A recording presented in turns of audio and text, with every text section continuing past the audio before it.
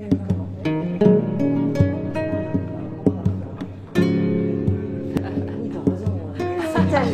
non, on a fait 2 émissions déjà avec Sylvie. Hein. Oui, c'est vrai.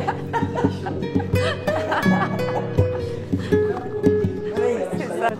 En plus, j'ai vu. Bon, bah, écoutez, enchantée en tout cas que vous soyez tous là pour l'émission de Café ou Thé avec Priscille Déborah. Bon, mais voilà, c'est donc grâce à vous que je fais le premier thé merci. café de la Galerie 21. Et finalement, je suis venue parce que on dit qu'il n'y a pas de hasard, ou il y a des hasards, mais là, ça me faisait une succession. De temps en temps, j'achète la dépêche, et pas tous les jours.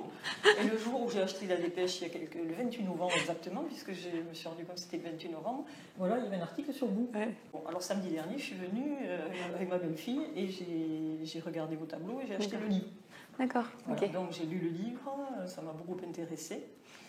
Et voilà, donc j'étais... excusez-moi, ça m'a tellement intéressée, ça m'a beaucoup touchée.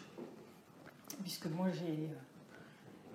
j'ai une expérience avec la psy, voilà, depuis 20 ans. Et donc, je me pose en effet beaucoup de questions par rapport à ça. J'ai beaucoup lu sur le cerveau, j'ai beaucoup lu, voilà. Et donc, c'est vrai que ça m'a beaucoup interpellé, votre histoire. Mm-hmm. Et voilà, puis après, j'ai des projets, j'ai toujours eu rêvé de mettre certaines choses en place. J'ai pas encore réussi. Et quand je vois en effet tout ce que vous avez fait, je me dis, il doit y avoir de l'énergie là-bas. Voilà. Et donc moi, j'ai été particulièrement touchée au niveau tableau par celui-là, celui qui est juste à côté d'Iliane. D'accord. Voilà, il m'a fait penser à... J'ai vécu en Allemagne et ma prof d'allemand avait un mari qui aimait beaucoup le jazz. Et un soir, je suis allée dans un café de jazz et justement, il y avait quelqu'un qui dessinait sur fond noir les jazzman. Ça m'a exactement fait penser à ça. C'est drôle parce que ce tableau-là, je l'ai fait en performance en fait pendant un spectacle de musique. Ah oui. Ouais. Ah ben ça doit être, voilà, je veux ressentir ça. Ouais, c'est vrai qu'il y a quelque chose effectivement assez rythmé. Et après, le deuxième tableau, auquel je passe depuis 8 jours, depuis que je suis venue, voilà, je voulais vous demander finalement dans quel contexte il était sorti. C'est le premier juste en descendant l'escalier à droite. C'est trois taches de couleur et a priori une forme de femme assise. Ah oui, celui-là. Ah oui. En face. Ouais. Celui-là. Oui, alors ça c'est un travail que je fais avec des modèles vivants. Mais en fait, j'essaye d'avoir une vision rétinienne des choses, donc c'est-à-dire en fait de voir tout en tâches et en traits. C'est-à-dire que même quand il y a un modèle qui pose, en fait, je vais plisser les yeux et je vais essayer de voir que en fait ce qui est sombre et ce qui est clair. En fait, je vais essayer d'oublier le corps pour après y revenir en fait. Et ce qui se passe, c'est que j'essaye de voir vraiment toutes les aspérités. Par exemple, je sais pas si ça fait une ombre au niveau, je sais pas, du cou ou du bras ou je sais pas quoi, ou même les vides. Enfin, je vais tout dessiner, mais un peu de façon abstraite presque. Et souvent, je regarde pas ce que je fais. C'est-à-dire qu'en fait, je suis vraiment toute la forme du modèle, mais sans du tout savoir si finalement je vais faire un pied immense, un visage complètement déformé. Et l'idée, c'est vraiment ça, c'est vraiment de se laisser aller à ce que ça va donner, c'est-à-dire d'être au plus proche de la sincérité, au plus proche de l'authenticité pour aller dans l'émotion et que finalement, ça soit quelque chose de fort, quoi. Voilà. Parce que je me dis que plus c'est sincère, plus ça peut parler à des gens, même si on peut pas plaire à tout le monde. Et finalement, on peut revenir au corps, mais ou pas, quoi. C'est-à-dire que ça peut être... parfois, je travaille sur des modèles vivants qui dansent, donc qui sont tout le temps en mouvement. Et donc là, en fait, ça peut devenir quelque chose de complètement abstrait. C'est-à-dire que même en suivant un peu les corps, les formes et tout ça, finalement, ça peut faire quelque chose de très rythmé, mais qui s'éloigne du corps. Et en fait, peu importe, je dirais. Pour moi, le réel, c'est un prétexte pour partir vers l'imaginaire. C'est une façon, finalement, de se servir du réel pour ensuite aller trouver son écriture personnelle. C'est vrai que, en fait, moi, je suis autodidacte. Je peins depuis l'âge de 8 ans. Et au départ, j'ai suivi des cours vachement académiques où il fallait peindre des bustes, dessiner des bustes, peindre des coupes de fruits, voilà. Et en fait, ça m'ennuyait profondément parce que pour moi, l'art, c'était pas recopier quelque chose. C'est-à-dire que pour moi, il y a la photo pour ça. Et c'est en 2002 que j'ai enfin trouvé la démarche que je cherchais depuis des années et des années. Et c'est en région parisienne, c'est un peintre qui s'appelle Jean-Yves Guillonnet. et qui nous a enseigné justement toute cette démarche en fait, justement de rétinienne, de aussi l'histoire de la mémoire en fait, d'essayer d'aller plonger dans la mémoire traumatique. Ce qui compte, c'est pas tant ce qu'on a vécu, mais comment on l'a vécu. Ça, je crois que c'est Garcia Marquez qui dit ça. Et en fait, il nous ponctuait tous ces discours, justement, de plein de références philosophiques, de peintres aussi. Il nous parlait beaucoup de Nicolas de Staël, de Tombly. Enfin voilà. Par exemple, Tombly, il a beaucoup parlé du dessin gaucher, qui justement, le dessin gaucher, en fait, c'est le cerveau droit, donc c'est le cerveau de l'émotion. Et du coup, par exemple, s'amuser à dessiner avec la main gauche, ça va faire un geste, alors soi-disant pas précis, mais qui peut être justement super intéressant pour partir dans l'imaginaire. Parce que justement, c'est quelque chose que vous contrôlez pas. Et moi, tout mon travail dans ma peinture, c'est vraiment ça. C'est vraiment, en fait, essayer de lâcher le mental pour partir à l'aventure, sans savoir où je vais. Mais moi, c'est ça qui m'intéresse, c'est tout d'un coup que j'ai pas du tout prévu quelque chose qui arrive sur le papier ou sur la toile et d'être surpris par le résultat. Et je trouve que c'est ça le plus excitant, finalement, dans l'art. Enfin, moi, c'est pour ça que je suis artiste. Et pour moi, finalement, être artiste, c'est vraiment être chercheur. C'est-à-dire qu'en fait, finalement, on trouve jamais. On passe notre vie à chercher. C'est un peu comme la psychologie, la philosophie et tout ça. Et moi, j'adore. Et en fait, dès que j'ai l'impression d'avoir trouvé un truc en peinture, il faut que je remette du bazar pour me remettre en danger parce que j'ai horreur de m'ennuyer. En fait, il faut toujours, pour moi, la vie, elle doit toujours être vécue passionnément. Et du coup, dès que j'ai l'impression d'avoir trouvé un truc, j'essaye d'expérimenter autre chose, en fait. Et c'est pour ça aussi que j'ai un peu des factures assez différentes dans mon travail. C'est vrai que j'ai des choses aussi bien en acrylique que des choses vraiment en matière avec du collage et tout ça. Et puis aussi des choses que j'appelle des pochades qui sont un peu prises sur le vif comme ça. Et moi, j'ai besoin de tout ça. Et je me dis, tant pis si... il y a des gens qui vont dire, mais je comprends pas, il y a plusieurs artistes. Mais pour moi, un artiste, justement, il doit expérimenter plein de choses. Il n'a pas à avoir... après, je pense qu'il y a quand même des regroupements qui se font parce que finalement, moi, c'est l'humain qui m'intéresse. Et il revient finalement toujours d'une manière ou d'une autre. Mais je veux dire, si un artiste n'a pas cette liberté de chercher tout ce qu'il a envie de chercher, pour moi, c'est dommage, quoi. Donc, voilà. J'ai trouvé que sur le tableau, moi, j'ai ressenti beaucoup de sérénité. C'est ça qui m'a habité pendant la semaine. Et dans le livre, justement, vous parliez d'art-thérapie et que vous aimeriez aller vers là. Alors du coup, ça me vient là. Alors du coup, j'ose vous le proposer. Je fais partie d'une association qui s'appelle Solidarité Ressources Santé. D'accord. Et à la dernière Assemblée Générale, justement, j'ai un peu organisé l'après-midi. Et sur le thème, je ne me souviens plus qui c'est qui a dit ça, mais le thème c'est « J'ai décidé d'être heureux parce que c'est bon pour la santé ». Et donc il y a eu justement une dame qui fait des ateliers relaxation avec des bols tibétains en début, et puis après j'avais amené plein de crayons, j'avais amené du papier et tout, j'ai dit à tout le monde, allez-y, faites, voilà. Et finalement tout le monde a apprécié, alors qu'il y en a qui, sûrement depuis la maternelle, n'avaient pas touché un crayon. Voilà, donc si jamais... et après on a chanté, j'avais fait venir des musiciens, donc il y a les 3 axes. Donc si un jour ça vous intéresse de faire... Parce que cette année, normalement, j'avais contacté des art-thérapeutes pour qu'elles viennent faire des ateliers 1 fois par mois. D'accord. Donc si jamais un jour, pourquoi ça pas, vous dit oui. de venir... avec plaisir. Quand on pourra à nouveau avoir la salle et ne plus avoir les passes et tout ça à commencer. Alors moi c'est vrai que après j'emploie pas le mot d'art-thérapie parce que justement j'ai pas eu de formation on va dire vraiment avec ce nom-là, même si là j'ai repéré une formation à Montpellier que je vais peut-être faire, mais j'avais commencé les démarches mais il y a eu le Covid, mais en tout cas c'est dans le projet. Pas tant pour travailler dans les institutions, mais en fait j'organise pas mal de stages dans mon atelier de peinture créative assez régulièrement. Là le prochain c'est en février et normalement j'essaie d'en faire 2 par an en fait, un l'été et puis un pendant des vacances, voilà. Mais c'est plutôt pour avoir des outils pour recevoir tout type de public, c'est-à-dire, moi j'ai déjà travaillé régulièrement, de temps en temps avec des personnes handicapées mentales ou des personnes, autistes, voilà.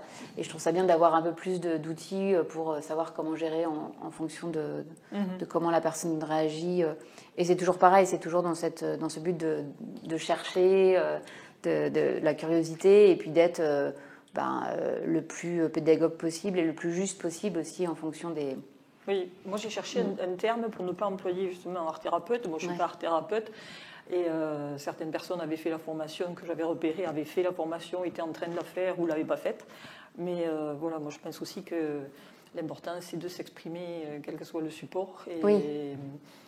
Et voilà, donc en fait, c'est pas étiqueté. L'important, c'est de prendre des crayons, de prendre, de Effectivement, moi, c'est ce que je dis en fait aux personnes qui font mes stages, c'est vraiment ce côté de, il faut oser, quoi. Enfin, je veux dire, parfois, il y en a qui disent, mais je sais pas dessiner. Je dis, mais justement, c'est ça qui m'intéresse, parce que parfois, quand on sait dessiner, on veut trop montrer qu'on sait dessiner, et en fait, on s'empêche justement d'aller au-delà de la forme, on va dire.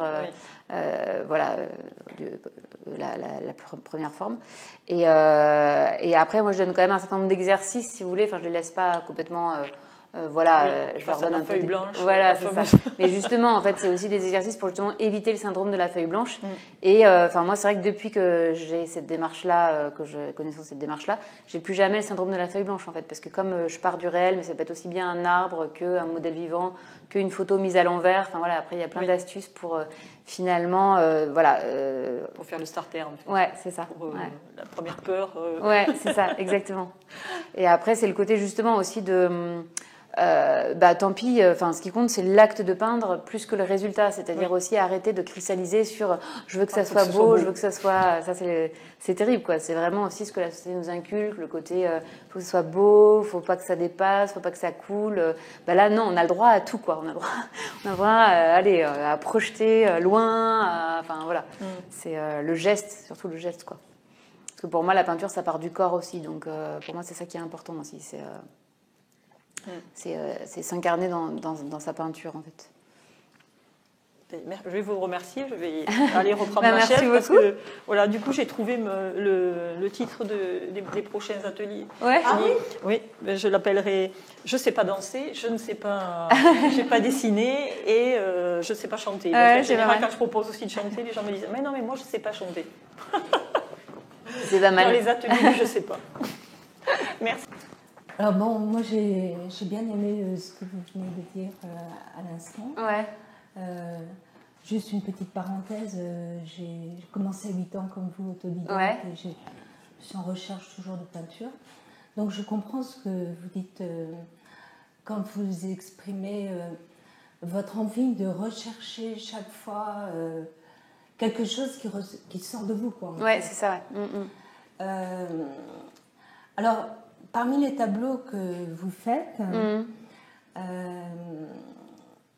je constate qu'il y en a qui sont complètement différents. Ouais.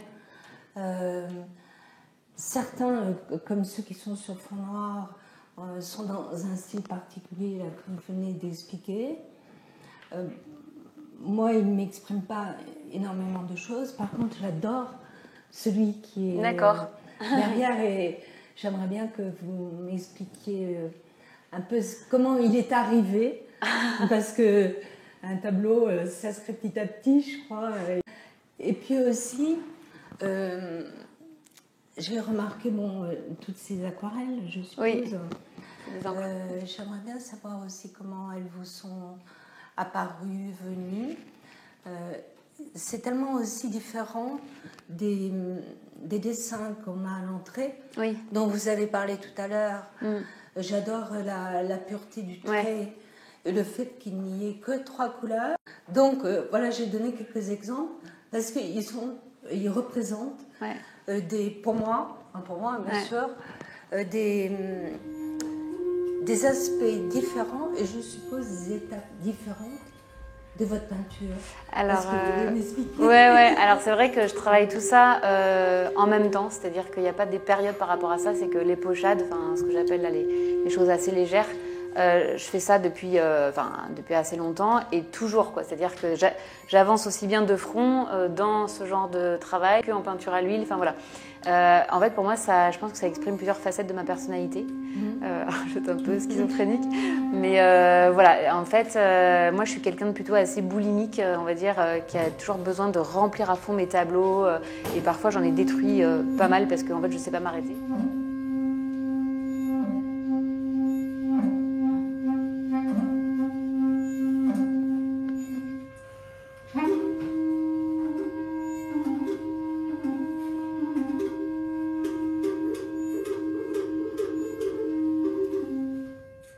Et c'est vrai que quand je fais une performance, en fait, presque dans la première demi-heure, tout a déjà été dit, quoi. C'est-à-dire que je vais très vite, en fait. Il y a vraiment ce côté d'urgence. Très rapide. Ouais, c'est ça. Et en fait, j'ai même tendance à...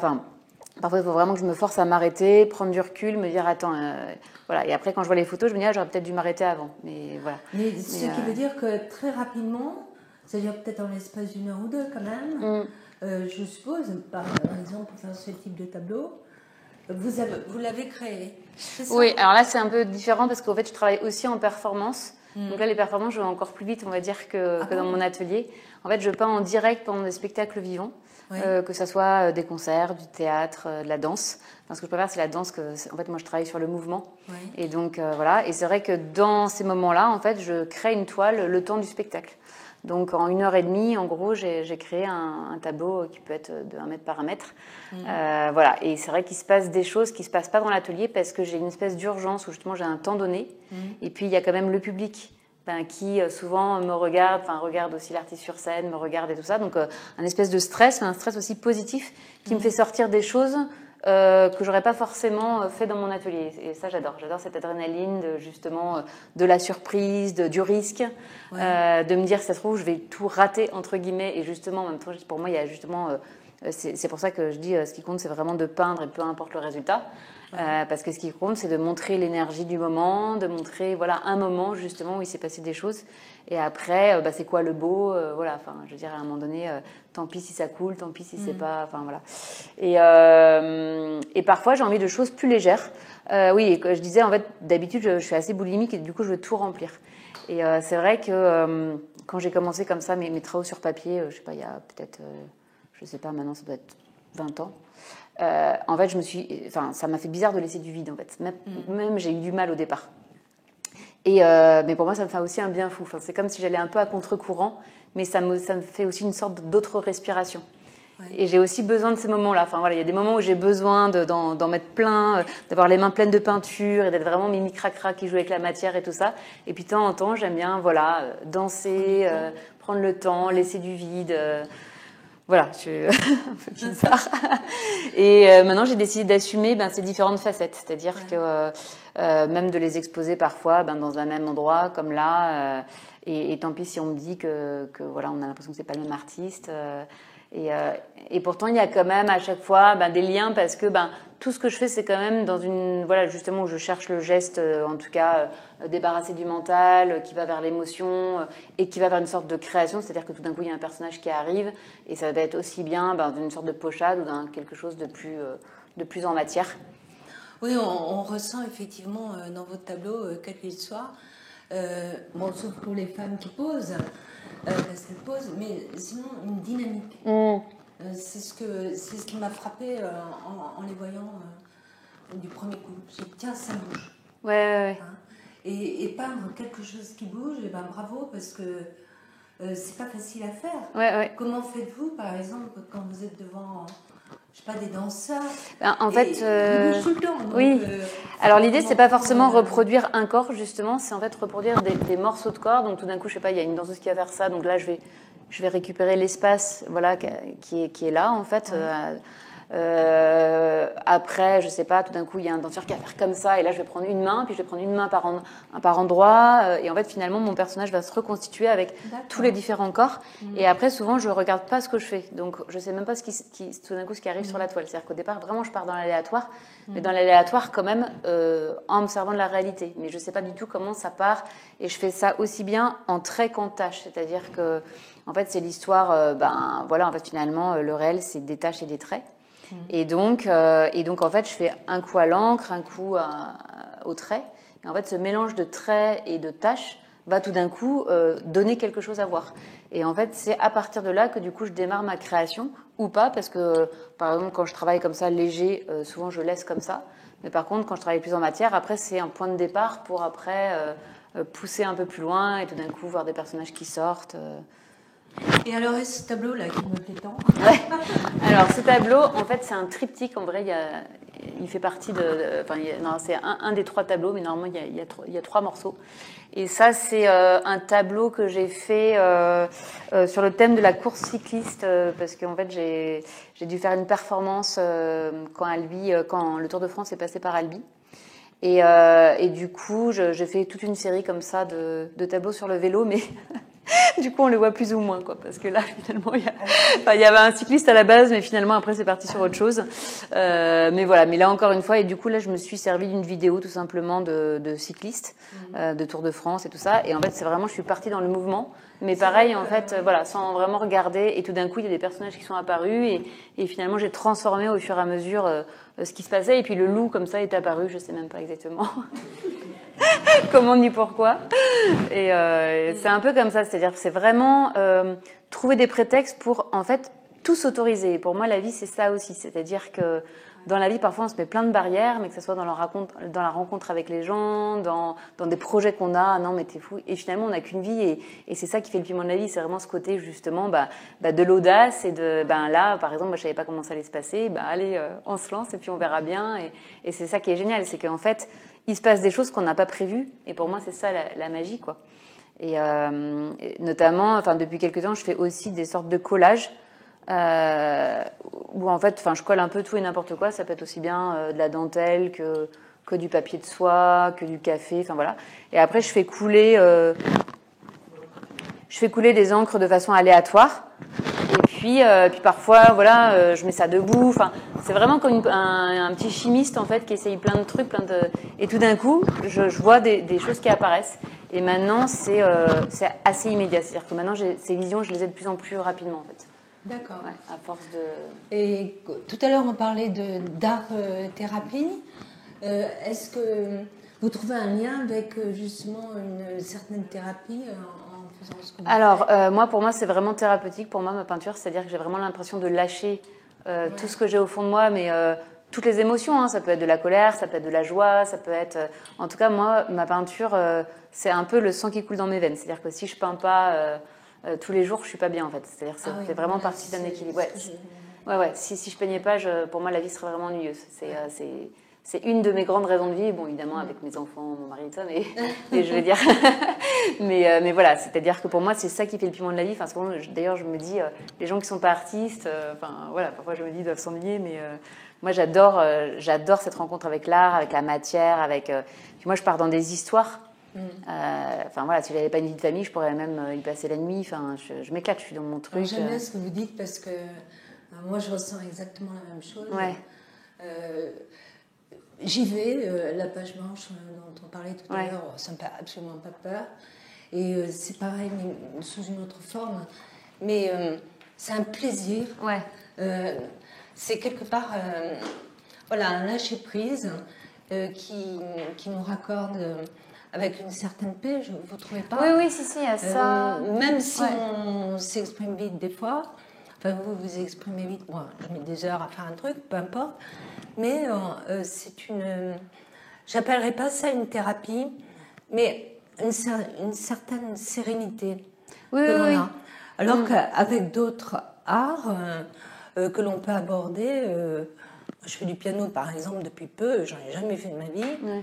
Waouh, ça c'est du boulot, ça vraiment. Et après, la peinture, donc je suppose que c'est ce que vous venez d'exprimer.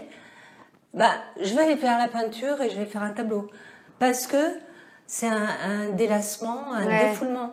Ça doit être ça que vous. Oui, il y a vraiment ça. Il y a vraiment comme si le temps était suspendu en fait. Par exemple, j'ai eu une séance de modèle vivant justement hier, et du coup, en fait, j'invite en fait, on se partage le modèle avec plusieurs artistes qui viennent dans mon atelier, en fait. Donc, c'est pas un cours, c'est chacun fait son truc, quoi. Ouais. Et c'est des moments magiques, quoi. Ça dure 3 heures, on a l'impression que ça dure 5 minutes. Ouais.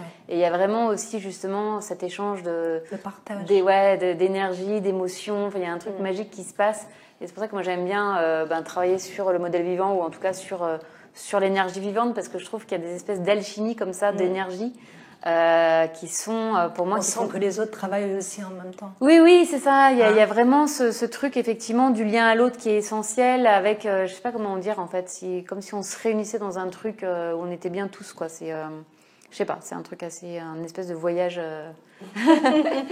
initiatique, mais effectivement je dirais c'est proche de la méditation aussi, c'est-à-dire que je fais un petit peu de yoga, mais c'est vrai que j'ai l'impression que c'est pas un besoin vital, dans le sens où pour moi déjà la peinture m'apporte une sorte de méditation en fait. J'ai l'impression de me déconnecter du quotidien, Et d'ailleurs, souvent, quand je sors de mon atelier, le temps que j'atterrisse, parce que parfois mon mari me dit, ouais, il faut changer l'ampoule, je sais pas quoi, je suis là. Qu'est-ce que c'est? Ouais, c'est ça, il me parle de quoi? Voilà. Merci beaucoup, je vais pas m'attarder parce que il y a d'autres personnes. Merci. Et de nouvelles personnes, bonsoir. Donc je suis ravie d'être là parmi vous. Bah ouais, moi aussi. Merci beaucoup. Ouais.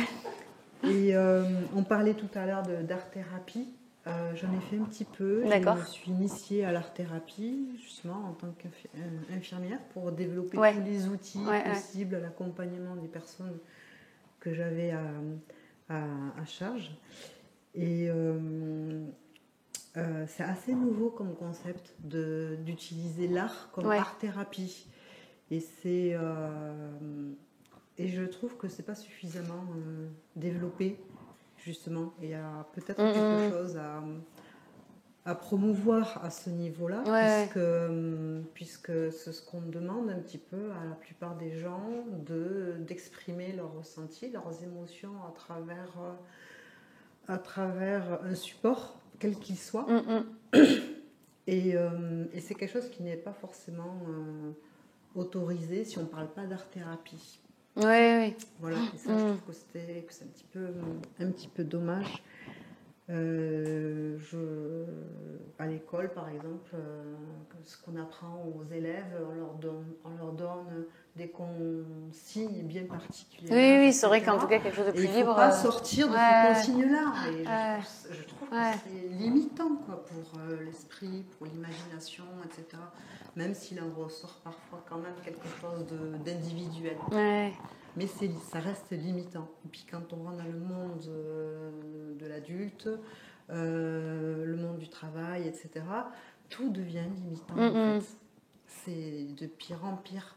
Et là, je pense que l'art-thérapie permet cette bulle d'expérimentation. Oui, tout à fait. Et du coup, j'ai une question pour vous par rapport à votre parcours.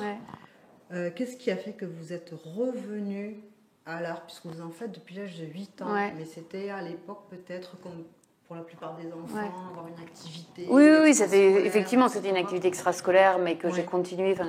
Parfois, les enfants, ils passent d'une activité à une autre. Moi, j'ai jamais lâché depuis l'âge de 8 ans, on va dire. Mais maintenant, c'est devenu mon travail, mon activité professionnelle depuis 15 ans. Et c'est vrai que, après, c'est un peu par rapport à mon parcours, c'est parce qu'en fait, je ne m'autorisais pas justement à devenir artiste. Et puis, voilà, comme souvent dans les familles et tout ça, c'est pas un métier. Voilà. Et pareil, du coup, je ne m'autorisais pas. Et c'est suite, en fait, à mon accident que, du coup, je me suis autorisée à me dire, puisque c'est ça, je vais oser réaliser tous mes rêves, et notamment celui d'être artiste. Finalement, c'est ça qui m'a vraiment permis d'oser aller vers ça. Mais voilà, mais sinon, en fait, je peignais toujours à côté. Pour moi, c'était pas juste quelque chose, une activité comme ça. Occupationnelle. Voilà, c'est ça. C'était vraiment, pour moi, c'était une passion. Ça a toujours été une passion. Et voire plus qu'une passion, c'était une vocation vraiment, quoi. C'est-à-dire que je me sentais appelée par ça depuis toute petite. Et le fait de le refuser, c'était quelque chose qui devenait de plus en plus douloureux au fur et à mesure que je vieillissais, quoi. Ouais. Alors des fois, c'est vrai que cet appel, il peut être présent, on s'en rend pas compte, on n'en a pas conscience, et puis on se dit, mais non, de toute façon, ça va rien valoir ce que je vais faire. C'est ça, mais en plus... Personne ne va s'y intéresser. Mais c'est ça, parce qu'en fait, il y a l'histoire de la confiance en soi. Il y a l'histoire, je sais que, moi on me disait, attends, en même temps tu sais bien dessiner, mais t'as pas de style, et finalement je m'aperçois que déjà le style ça fait partie du chemin, c'est-à-dire qu'il y en a qui ont des styles tout de suite, mais il y en a qui ça met plus de temps et c'est pas grave, chacun est différent et le chemin il dure le temps qu'il faut et voilà, et c'est surtout de par cette démarche-là que je me suis aperçue que finalement j'avais tout un univers à exprimer qui était vraiment personnel. Et que si, en fait, j'avais des choses à dire et que si j'avais quand même en plus, avoir un style, ça veut rien dire et puis on peut pas forcément se dire tout de suite qu'on a un style. Le style vient avec les années, je dirais après 10 ou 20 ans de travail, avec un peu de recul, de se dire, si, en fait, j'ai quand même un style. Mais il faut pas penser au style tout de suite, quoi, déjà. C'est déjà travailler, pas arrêter d'expérimenter plein de choses et peut-être qu'au bout d'un moment, on voit des liens entre les différents travaux. Parce qu'on a Et donc, tendance, je dirais, ce qui compte, c'est effectivement, en tout cas, de s'écouter. C'est-à-dire que si on commence à écouter les autres, en fait, parfois, les autres, ils vous transmettent leurs propres peurs, leurs propres craintes qui sont plus personnelles que par rapport à vous. Et c'est ça qui compte. Mais c'est vrai que c'est pas toujours évident, hein, parce que moi, c'est toujours ça qui m'a manqué avant, c'était l'histoire de la confiance en moi, en fait. Et je pense que finalement, j'aurais pas eu le parcours que j'aurais eu. Je sais pas si j'aurais pu persévérer comme ça en peinture, parce que j'avais pas... voilà, l'énergie que j'ai aujourd'hui. la détermination. Voilà, et être sûr que je suis à ma place. Et donc, ça prendra le temps qu'il faut. Et même si ça marche pas toujours, et tant pis. Parce que c'est vrai qu'être artiste, c'est compliqué. On vend pas à chaque fois, ça marche pas tout le temps. Et très vite, on le prend pour soi en disant, dès qu'on n'a pas vendu, on se dit, ah ben non, en fait, mon travail vaut rien. Enfin, très vite, on se dévalorise en se disant... et en fait, non, il faut être persuadé que c'est notre voie, et puis continuer, et puis paf, tout d'un coup, on va rencontrer la personne qui va adorer votre travail. Enfin, c'est à un ça. moment donné, ça va faire écho quelque part. Oui, c'est ça. Et puis sinon, trouver des moyens pour gagner aussi sa vie avec des choses à côté. Enfin, voilà, moi, c'est aussi les stages, je travaille aussi beaucoup en entreprise. Voilà, mais en tout cas, moi, maintenant, je suis persuadée que c'est ma place. Après... évidemment, de toute façon, on ne peut pas plaire à tout le monde, et puis voilà. On a aussi cette partie aussi limitante de la comparaison et de la compétition. Oui, c'est ça. Comment se débarrasser de ça? Alors ça, c'est autour de nous, c'est de la comparaison et de la compétition. Ouais. Voilà, c'est. Moi, je sais que j'expose pas mal dans des salons d'art contemporain où on est 150-200 artistes. Donc, c'est des salons où il y a 30 000 personnes en un week-end, enfin, où il y a beaucoup de monde. Et il y a des gens des artistes qui vendent œuvre sur œuvre. Après, c'est pas toujours le même type de travail. Ça va être un travail peut-être un peu plus commercial ou, enfin, voilà. Après, moi, je sais pourquoi je suis artiste et je sais pourquoi, enfin, moi, c'est ce style de peinture, en tout cas, qui m'anime. Alors, voilà, c'est peut-être un peu moins commercial, mais en tout cas, moi, c'est là où je me sens vivante et c'est là où je me sens authentique. Et pour moi, c'est vraiment la sincérité qui est pour moi la base de tout. C'est-à-dire, moi, ce que j'adore, c'est tout d'un coup rencontrer une personne qui va flasher sur mon travail, où on sent qu'il y a une connexion qui s'est faite. Et celle-là, elle est magique. Et c'est ça, moi, que j'adore, quoi. C'est-à-dire, voilà, pour moi, plus on est sincère, plus on peut arriver à toucher quelqu'un, quoi. Et du coup, voilà. Et du coup, moi, j'ai arrêté depuis longtemps l'histoire de la comparaison. Déjà avec le handicap, où si je commençais à me comparer aux autres, j'avais vite perdu. Et après, la compétition, pour moi, voilà, c'est pareil, quoi. C'est-à-dire que ce qui compte, c'est être bien dans sa peau, être à sa place. Et finalement, on s'aperçoit que quand on est à sa place, en fait, il n'y a même pas d'histoire de compétition. Enfin, on est content pour l'autre, mais voilà, c'est chacun son chemin. Voilà, c'est vrai qu'il y a des gens qui ont des bagages plus légers ou et voilà, c'est chacun son destin, chacun sa route. Mais ce qui compte, c'est assumer finalement les bagages qu'on récupère et comment on peut transformer finalement notre histoire vers quelque chose qui, en tout cas, nous parle et est en phase avec nous-mêmes. En fait, finalement, c'est ça. En tout cas, ça me parle. Merci. Merci beaucoup. Alors ça, ce mannequin, je l'ai fait en performance voilà, il y a 3 semaines. Donc c'était sur une danseuse et il y avait un musicien, mais un musicien qui avait des instruments un peu qui fabriquait lui-même, enfin avec des sons un peu bizarres et tout ça. Et en fait, aucun des 3 ne savait ce qu'on allait faire. C'était quand même un truc exceptionnel. Et on est parti comme ça, mais vraiment à l'aventure chacun, en essayant de... Et en même temps, on se connaissait pas non plus, donc c'était aussi un peu un... justement, quand je parle des énergies, c'est apprendre à se connaître, à voir comment l'autre réagit et tout ça. Et puis, et j'ai pas du tout maîtrisé ce que j'ai fait. Enfin, j'ai pas du tout. Je suis partie vraiment pour le coup. Mais il y a la vidéo sur YouTube, sur la chaîne de la galerie, donc. J'ai mis, ça y est, toute la performance en entier.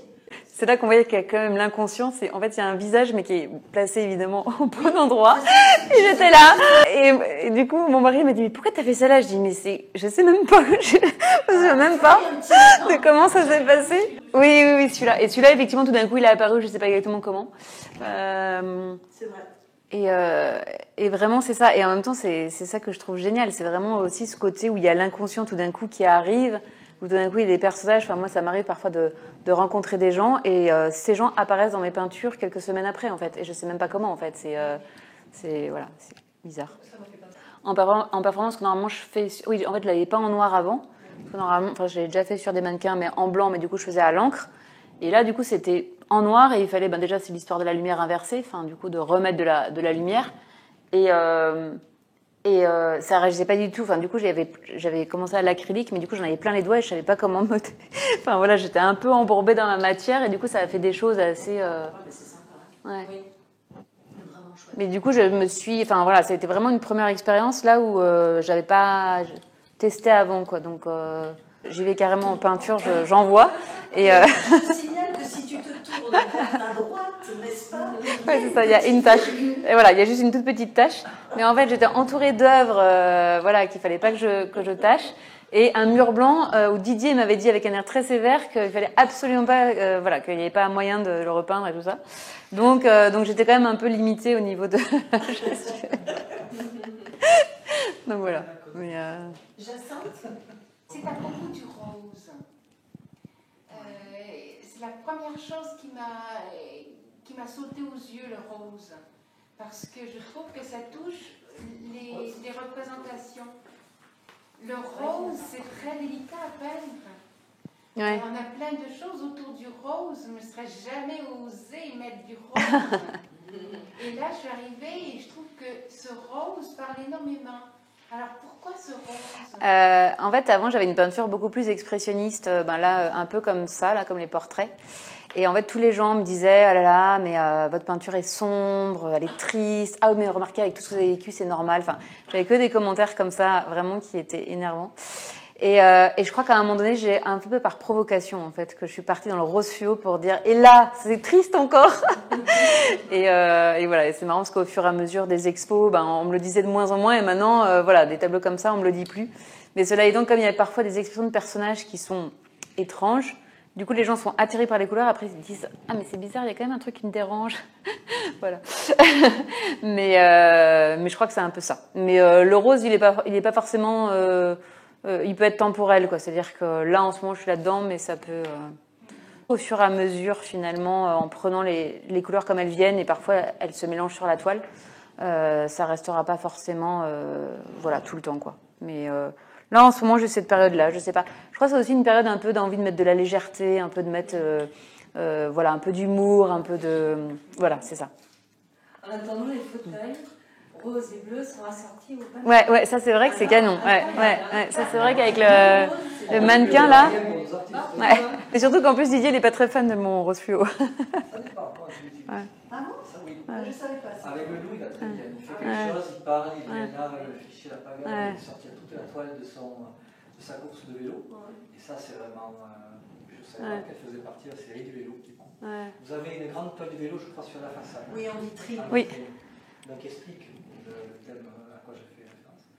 Et je trouve que ça, ça a du peps. Ouais. C'est le parti pris fluo aujourd'hui qui est parfois une couleur à la mode. Oui. Ce discours, je n'aime pas. Alors que le Oui. Et puis ce rose à côté du loup, ça ressort d'autant plus qu'il y a le turquoise là-haut. Oui. Qui est très vif aussi, que j'adore comme couleur. Et ça fait ressortir le rose. Oui. C'est chouette. Ouais. Mais pour moi, le rose, c'est de l'audace. Ouais. C'est franchement, allez, c'est comme les coulures et tout. Allez, j'y vais pour du rose. C'est franchement audacieux. Parce que bon, bien, c'est évident qu'on ne voit pas de la facilité, de la légèreté, au contraire. Waouh, et ce rose, quoi. Ouais. Ça marche bien avec tout ce que tu fais, tout ce que tu oses. Et waouh, c'est super. Merci. Moi, j'ai une petite question à te poser. J'aimerais bien savoir ce que ça t'a fait d'avoir ta fille qui a exposé avec toi. Peu importe. Je suis toujours très. Ça marche très bien, moi, avec la photo. Non, Soden, c'est quand tu as voulu cacher l'escalier pour le reportage. Tu as vu ? Et que tu étais tout sauf devant l'escalier, en fait. Exactement. Voilà, c'est ça. Mais c'est moi, ça. C'est pour ça que je dis que vous pouvez venir sur le fauteuil, parce que pire que moi, il n'y a pas. Donc, c'est pas possible. Non, mais en fait, la question que je voulais te poser, c'était pour le moment où on a fait l'exposition de la fête européenne des galeries. On a donc exposé ta fille avec une autre petite fille. Et j'aurais bien aimé savoir ce que ça t'a fait, vraiment, d'avoir ta fille qui était sur les murs, Ouais. pas au niveau de tout ce qu'on pourrait dire d'un ego, Ouais. pas du tout, mais de ce rapport entre ta peinture qui Ouais. était sur les murs Ouais. et ta fille qui était... Oui, non, c'est super fort parce que, enfin, moi, comme longtemps, j'ai pas fait ce que je voulais faire. J'ai surtout pas envie d'influencer mes filles. J'ai 2 filles en fait qui ont 9 et 17 ans dans ce qu'elles veulent faire plus tard. Et en même temps, pour l'instant, Jeanne, la petite, elle adore peindre avec moi. Enfin, on a commencé beaucoup pendant le confinement en fait, où du coup, au moment où il n'y avait pas l'école.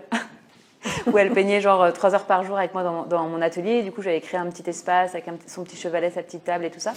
Et c'est vrai qu'étonnamment, elle peut peindre 3 heures durant, alors qu'à cet âge-là, normalement, au bout de 3/4 d'heure, les enfants en ont un peu marre, quoi. Et elle a repéré comment je travaille, et elle travaille un peu pareil. Alors, je sais pas par contre si elle fait ça pour me faire plaisir ou si vraiment c'est son truc. Mais parfois, en fait, elle me dit, regarde maman l'effet que j'ai fait, et, enfin voilà, des trucs. Ou parfois, en fait, on est attiré par les mêmes couleurs qui ont fait une sorte d'assemblage, enfin des choses comme ça. Et ça, c'est drôle. Ou je sais pas, une espèce de photo à moitié déchirée où tout d'un coup on voit un dessin dessus. Bah, elle voit le même dessin que moi. Enfin des trucs. On a une vision un peu assez proche, et ça me fait bizarre qu'à 9 ans, elle ait déjà ce regard-là. Et du coup, je suis quand même assez fière, effectivement, de cette histoire de transmission où je me dis, c'est chouette. En tout cas, si elle a déjà un regard artistique en fait sur les choses. Après, je sais pas du tout ce que ça va faire, et j'ai surtout pas envie de la pousser là-dedans parce que, en fait, pour l'instant, elle va être policière. Mais j'espère que ça va changer. Mais je sais pas d'où ça vient. Mais voilà. C'est vrai. Ouais, enfin, en même temps, elle te fait des concerts en tenue policière, tu vois, avec la jupette de police, le casque, et puis elle te fait des concerts. Mais voilà. Mais non, après, je trouve ça chouette parce que, parce qu'il y a vraiment un truc, moi, je suis vachement dans la transmission, le partage et tout ça, et notamment dans les valeurs que je transmets à mes filles. Enfin, voilà, tout ce qui est énergie, combativité, joie de vivre. Enfin, pour moi, c'est super important, tolérance aussi. Et du coup, de voir que Jeanne, elle a récupéré ça, ça me fait super plaisir, quoi. Puis elle était hyper fière en plus. Hein. C'était. Non, voilà, c'était quelque chose qui m'interrogeait, de savoir comment tu avais vécu ce moment. Ouais, non, c'était super chouette. Enfin, merci encore d'ailleurs d'avoir permis ça. Moi, je trouvais que c'était. Puis je trouve que c'est bien, en fait, de pouvoir donner l'accès.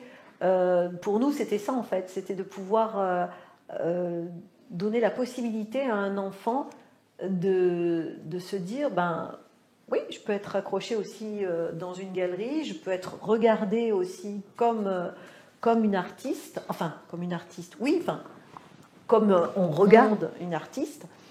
Et puis, ce qu'il y avait aussi, et que ça, c'était un petit peu coquin de ma part, j'avais aussi envie que les artistes se rendent compte qu'en regardant des œuvres d'enfants, ils se retrouvent dans cette liberté que l'enfant a, et que malheureusement, avec tout notre intellect, tous ces carcans que l'on a, on les a oubliés. On a oublié cette légèreté, cette liberté que toi tu retrouves. Moi, c'est exactement ça que j'essaye de retrouver. Hein. C'est vraiment la spontanéité de l'enfant. Exactement. Ça, ouais. Et il y a certains artistes qui se battent pour essayer de retrouver ça, cette innocence, ce côté simple de l'écriture picturale. Et eux, ils l'ont naturellement, quoi. Et ça, c'était un petit clin d'œil que je voulais... c'est Cobra, le groupe Cobra, où ils sont vachement inspirés de leurs enfants pour partir justement sur leur création. C'est hyper intéressant. Moi, j'aimerais bien qu'il y ait quelqu'un d'autre qui pose des questions. Bonjour. D'abord, je vous ai découvert par la technologie. Ouais. C'est le paradoxe. Donc, en fait, j'ai 2 points. Un, est-ce que l'art vous aide à vous dépasser de la technologie?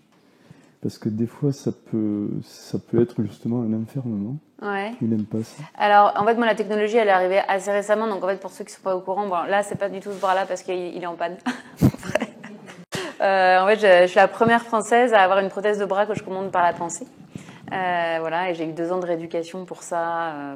Du coup, ça a été pas mal médiatisé parce que c'est assez incroyable ce que le cerveau est capable de faire, de se réimaginer un bras pour après pouvoir le commander.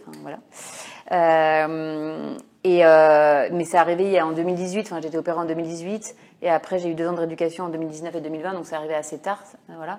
Donc déjà par rapport à mon parcours de reconstruction et de résilience, ça a été la poursuite, mais je veux dire j'avais déjà retrouvé un sens à ma vie et tout ça.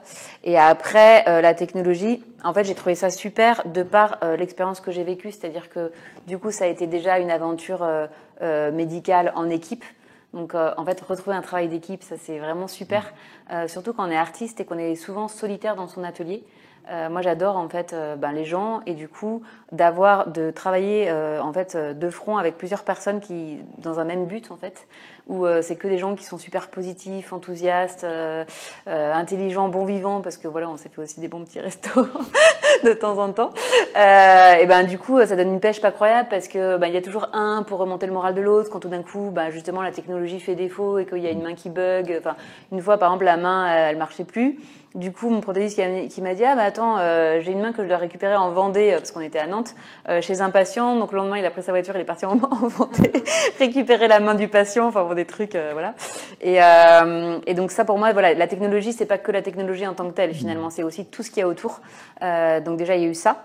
Et après, ce qui était fantastique dans cette aventure, c'est que finalement, ça ouvre la voie pour d'autres personnes. Et donc en fait, on apporte de l'espoir pour d'autres personnes amputées de bras, mais aussi le handicap de manière plus générale, et aussi parfois des gens qui parfois ont des coups de mou, de se dire qu'ils n'arrivent plus à avancer, des choses comme ça, de dire que finalement tout est toujours possible du moment qu'on mette l'énergie et qu'on se dise qu'il ne faut rien lâcher. Et ça, c'est aussi le cerveau finalement, c'est dire à son cerveau que c'est possible. Si on dit à son cerveau qu'on passera une mauvaise journée, on passera une mauvaise journée. C'est des trucs parfois tout bêtes. Et ça, c'était aussi vachement fort, c'est-à-dire que tout d'un coup, de sentir que finalement, on fait avancer aussi le progrès et que ça s'inscrit aussi dans une histoire collective au-delà de ma petite histoire personnelle. Et du coup, ça, c'est vachement exaltant en fait. Après, c'est vrai que comme ça a été beaucoup médiatisé, j'ai été effectivement beaucoup appelée à faire des reportages, etc. Donc, j'ai un peu freiné ma création par rapport à ça. Donc là, j'ai qu'une hâte, c'est d'y retourner maintenant, parce qu'effectivement, du coup, ça a été un peu... J'ai eu ça, j'ai eu l'écriture de mon livre. En fait, j'ai sorti un livre cette année, un peu sur mon parcours de reconstruction, mais du coup, ça a été aussi pas mal médiatisé. Et du coup, j'ai un peu enchaîné les télés, la presse, etc. Et après, je me suis dit, il faut aussi surfer sur la vague et aussi porter le message tant qu'on peut le porter. Et puis, de toute façon, je sais très bien comment ça se passe. Et au bout de 6 mois, les gens vous oublient. Donc, voilà. Mais là, maintenant, oui, j'ai hâte vraiment de me replonger dans mon atelier vraiment. Et même si j'ai toujours créé en parallèle, même quand j'étais en centre de rééducation, j'avais ma petite valisette de peinture où je peignais le matin avant l'ergothérapie et tout ça. Donc voilà. Donc pour moi, non, la technologie, ça m'a pas freiné. Après, c'est sûr je pourrais m'y enfermer en faisant que ça, enfin voilà, ou me servir effectivement de mon histoire pour faire que des choses autour de mon histoire. Mais moi, je suis vraiment peintre. Enfin, c'est vraiment ça en fait qui m'habite en fait. Et du coup, voilà, j'ai vraiment envie de poursuivre mon chemin de peinture, aussi de sculpture, parce que en fait, là, j'ai découvert la céramique. Et c'est aussi un médium que j'adore. Et pour l'instant, j'en suis vraiment à mes prémices, mais j'aimerais vraiment approfondir ça. Et finalement, qu'on retrouve un peu mes personnages aussi en céramique, en fait, mes personnages de peinture. J'aimerais bien faire après moitié-moitié au niveau du temps, mais ça, c'est un peu dans les projets. D'accord. Et après, j'avais une autre question. Enfin, c'était par rapport à des remarques sur le fait qu'on était de plus en plus limité tout à l'heure, ce que vous disiez, de pire en pire, ou qu'on cherchait à retrouver ces capacités de retrouver la liberté des enfants. Ouais. Et le paradoxe, c'est que, je trouve que c'est le contraire presque. C'est nous qui nous limitons de plus en plus. Après, il y a des règles qui nous limitent, mais je trouve que de plus en plus, par exemple, l'art a de plus en plus de place. Et maintenant, on peut même parler, plus que l'art-thérapie, de place de l'art dans l'entreprise, dans la société, qu'on n'avait pas avant.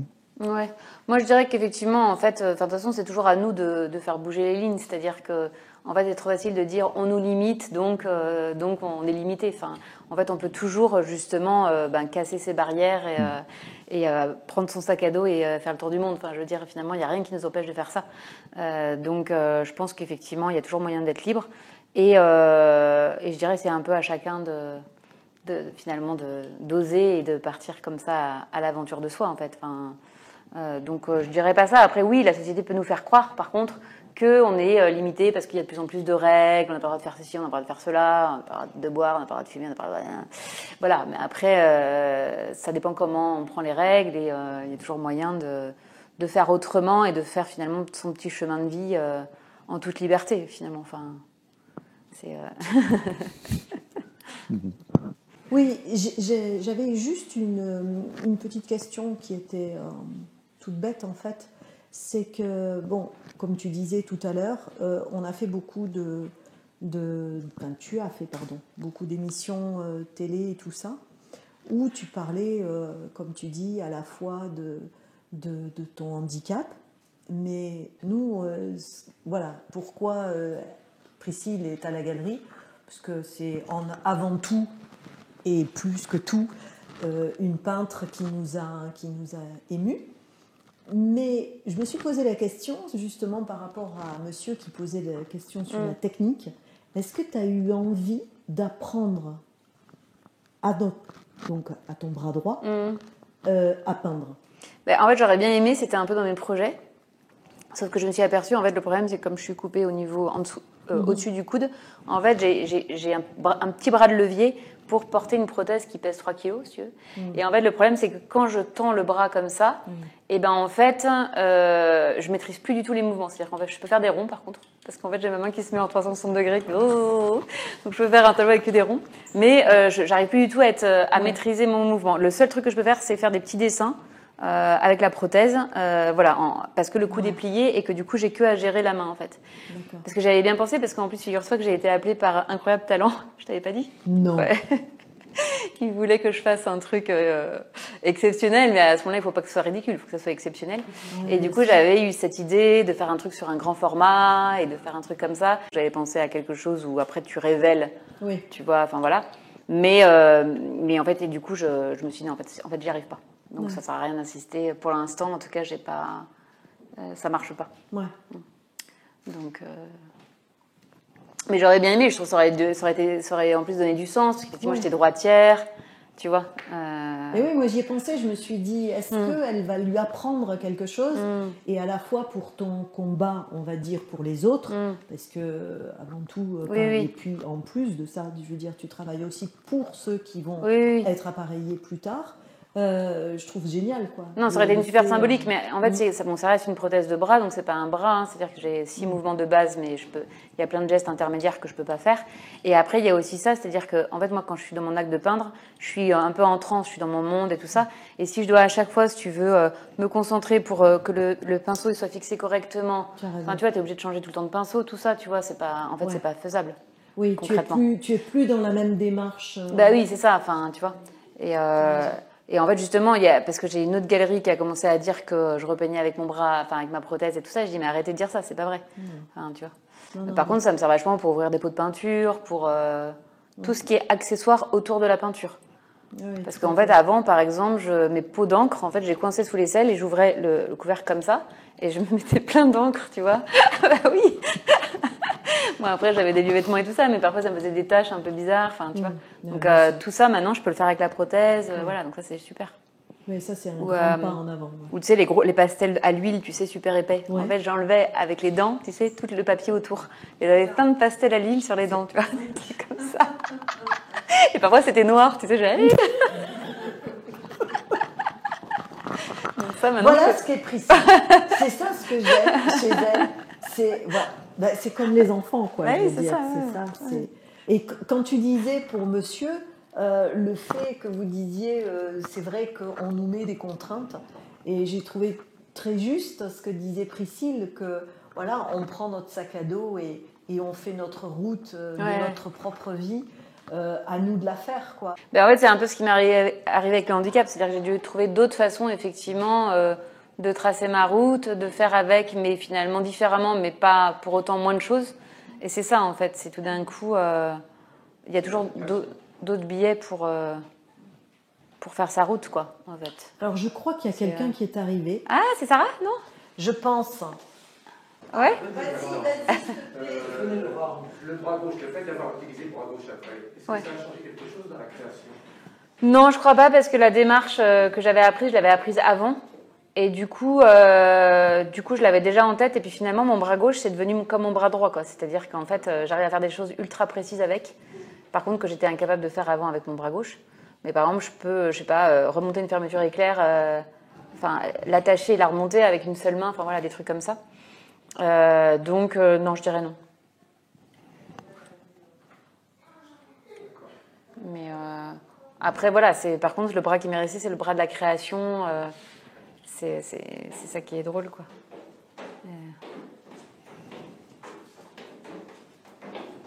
Alors c'est chouette parce que ah ouais, super. Je pense qu'il y a les deux filles qui vont te poser une question.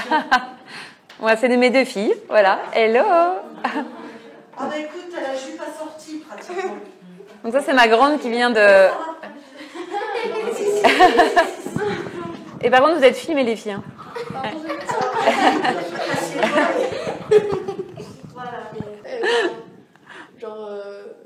Que penses-tu de l'évolution de ton style, après, avec du recul, est-ce que tu aimerais, parfois tu regrettes, pas regretter, mais est-ce que ça te manque ou pas l'ancien style, tu sais, genre plus à l'huile, où les formes sont moins nettes, beaucoup plus floutées, où genre tu fais plus apparaître des visages dans les ombres et tout.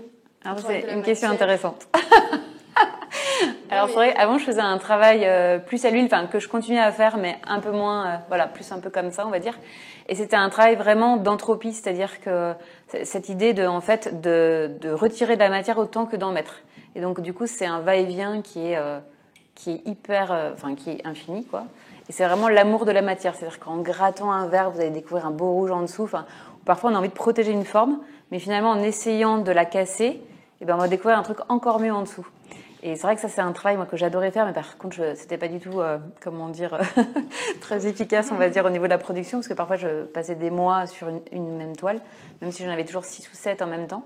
Et puis, c'est un travail où vraiment, on se plonge vraiment dans la création, sans but préconçu. Et vraiment, c'est l'amour de la matière, l'amour vraiment de peindre et tout ça.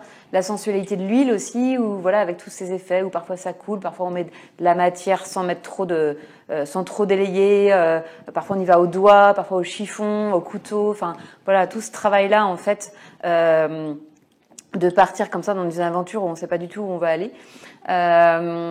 Et c'est vrai que parfois j'ai un peu la nostalgie de ça, parce que là maintenant je suis dans quelque chose de plus rapide. Mais je compte aussi y revenir de temps en temps. Là, c'est parce que j'ai eu beaucoup de choses qui se sont enchaînées. Mais encore une fois, c'est aussi une part d'un travail qui me manque et dont j'ai besoin. Voilà.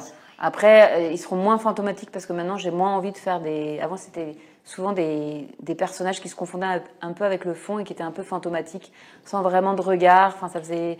Voilà. Et d'ailleurs, par exemple, j'avais toute une série sur les aïeux.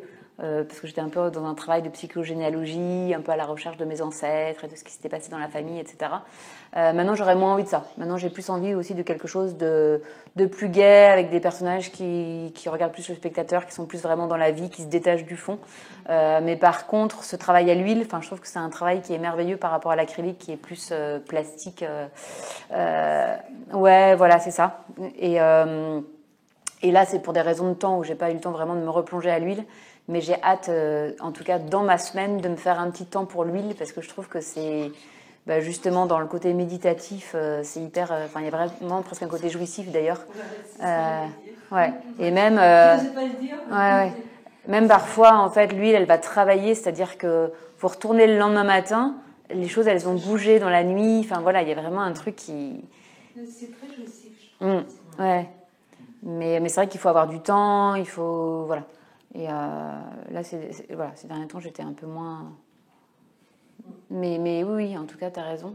Quelque part, oui, ça me manque. Comment ? Tu aimes l'avoir travaillé ? Après, je suis rarement à Albi, donc c'est vrai que je la vois pas beaucoup. Mais c'est vrai, c'est satisfaisant de l'avoir peindre comme ça. Après, ça fait longtemps, c'est vrai. Après, Sarah, elle m'a moins observé travailler que Jeanne. Ouais. Jeanne, elle a été beaucoup plus dans mon atelier avec moi. Par contre, une fois, j'avais animé un atelier pour enfants où toutes les deux étaient là. Et je commençais à donner des instructions à Sarah, et Sarah disait « Maman, je sais. » Et tout d'un coup, elle a fait un truc hyper libre, enfin, une espèce de personnage un peu comme voilà. Et j'avais halluciné de voir mais comment est-ce qu'elle avait finalement appris. Donc en fait, elle écoute l'air de rien, enfin, même si elle était plus ou moins là dans mon atelier, finalement, elle a intégré en tout cas ma démarche et ma façon de voir les choses en peinture, et ça, c'était drôle. Oui. Et En tout cas, on est fiers d'avoir les trois. Bah ouais, c'est super. Les trois là, c'est chouette. C'est chouette. Et toi, Jeanne, alors, ton expo, comment ça s'est passé? T'étais contente? Ouais. Ouais. Plus pour toi ou plus pour maman? Ou deux. Pareil. Pareil. Bon. Voilà. Elle a retrouvé sa sœur. Ouais, c'est ça. Laurent, une question que tu l'as posée en fait. Ouais. J'aurais une question, vu qu'il y a vos filles. Ouais. Est-ce que le fait d'avoir une mère artiste avec un bon niveau, est-ce que ça frustre ou est-ce que ça booste? Ou est-ce que ça pousse à trouver un autre moyen de s'exprimer? C'est pas frustrant déjà, non. Et puis oui, ça donne envie de faire quelque chose avec ses mains et de créer, pas forcément de la peinture ou quoi, mais je sais que quand j'étais petite, j'aimais beaucoup tout ce qui était manuel, je faisais des bijoux, des trucs comme ça. Donc oui, c'est une sorte de modèle de faire autre chose que lire, regarder un film, enfin genre, c'est encore un truc à part. On veut arriver à plaire, ou alors au contraire à provoquer et à être à l'opposé. Et des fois il y a un comportement qui peut être complètement opposé, très provocatif, très... Après, Sarah, elle ne s'oriente pas vers des études artistiques. Peut-être que ça serait différent si par exemple elle voulait être artiste et que du coup elle aurait peut-être plus de mal à trouver sa place, dans le sens où du coup enfin voilà, on le voit par exemple dans des chez les stars. Oui,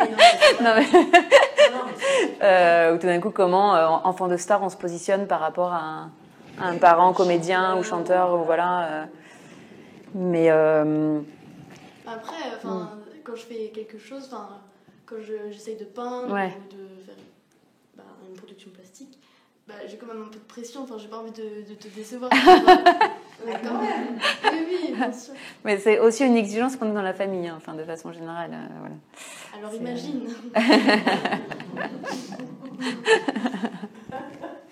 c'est vrai. Jeanne, tais-toi bien. En tout cas, merci. Merci. Merci beaucoup. Il n'y a vraiment pas d'autres questions voilà, si on peut se faire un petit café ou thé après. Parce que je n'osais pas, parce qu'en fait, tu sais, je l'ai mis dans l'invitation, si vous voulez prendre un café ou un thé. Oui, mais du coup, comme en fait, je ne voyais pas de café ou thé, je me suis dit, mince, j'avais fait café. Non, ah, d'accord, ok. Après, il y a le café ou le thé pour ceux qui veulent, il n'y a pas de souci. Mais en tout cas, je voulais vous remercier à tous d'être venus parce que franchement, ça fait plaisir. Et puis, je pense que c'est... Enfin, je sais pas... Mais en fait, c'est vrai, je vais arrêter de dire. Qu'est-ce que vous en avez pensé, en fait, tous, de venir là et d'échanger avec l'artiste? C'est très, très enrichissant de savoir comment elle pratique, ce qu'elle ressent et puis le dynamisme qu'elle dégage. Ça, alors, c'est formidable. Merci. Et puis, on a appris plein de choses. Ouais. Non, je trouve que ça crée un rapport de proximité, par contre, avec la personne qui pose des questions. Après, du coup, j'ai l'impression que peut-être on parle moins aussi au public, entre guillemets. Donc, je ne sais pas si le public se sent lésé du fait de... Parce que moi, du coup, j'ai plus orienté mon regard vers la personne qui me posait des questions, tu vois. Parce que du coup, les gens posent plus de questions, du fait d'être dans le fauteuil. Du coup, il y a quelque chose qui se crée et du coup, tu vois, la conversation est plus longue que si, en fait, ils restent dans l'assemblée et qu'ils posent juste une question et après, voilà, quoi. Ouais, c'est vrai. En tout cas, je voulais tous vous remercier. Ouais, merci beaucoup d'être venu, en tout cas. De vous avoir reçu. Et on va pouvoir monter et prendre un petit café ou thé avec une petite surprise à la cuisine. Un rocher Ferrero, non? Et en tout cas, merci Priscille. Merci. Merci à vous. Merci pour... Merci à vous. Allez, clap. Clap.